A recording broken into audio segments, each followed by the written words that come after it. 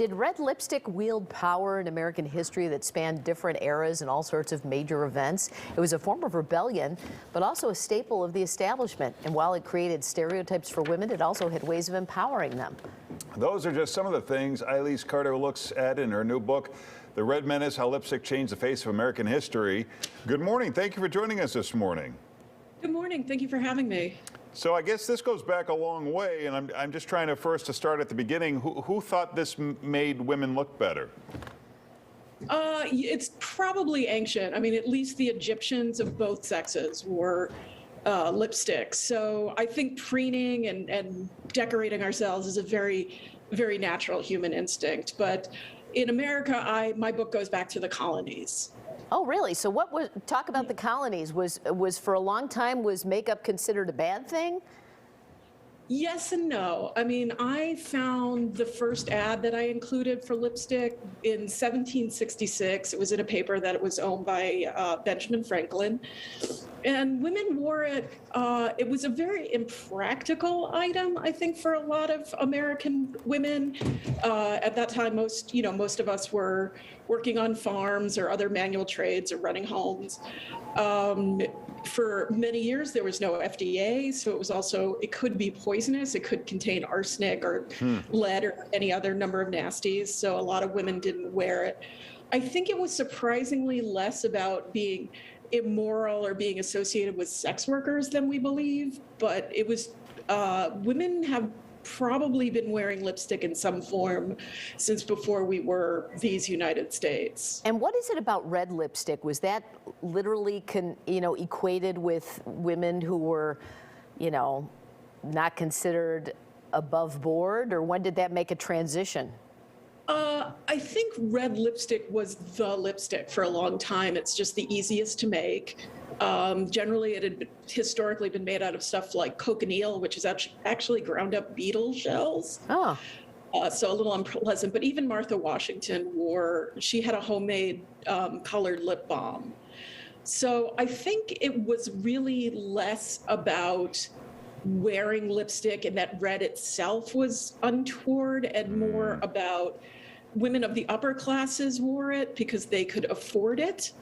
And, there is some association with actresses and sex workers, but I think red was just most readily available. And it is so striking that, when you see that particular shade, it just catches the eye. And Rosie the Riveter wore red. Why was lipstick even an issue in the context of propaganda during World War II?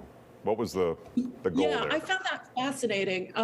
Most of the Axis countries, the fascist companies, had outlawed lipstick or tried to outlaw lipstick with varying degrees of success.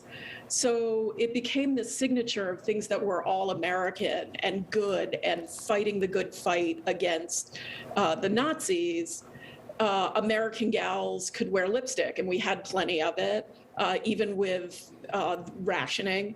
So it became the symbol of just the all-American girl. And you're especially talking about a time where women were in factory jobs they'd never been in before, and they were stepping in as police officers, and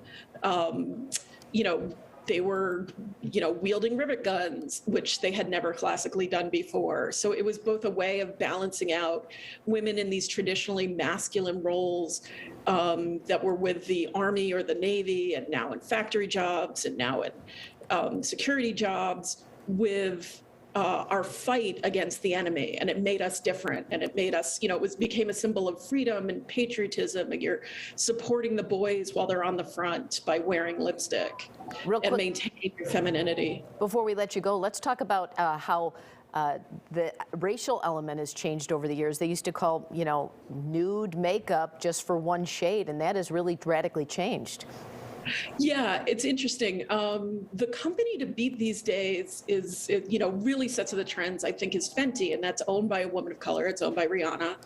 And all companies are just being more considerate that beauty looks like more than one thing. It's not necessarily just the blonde-haired, blue-eyed bombshell that, women come in many different shades, and what they look like nude is not all at all the same thing. So just factoring that in and seeing more women of color represented in both advertising, sitting on board seats, sitting in product development, and their power as consumers is really changing the game. And I just think that's wonderful. Well, Ilese Carter, we thank you for joining us. The book is The Red Menace. You can find her other content on her site there on your screen. Thanks for being with us.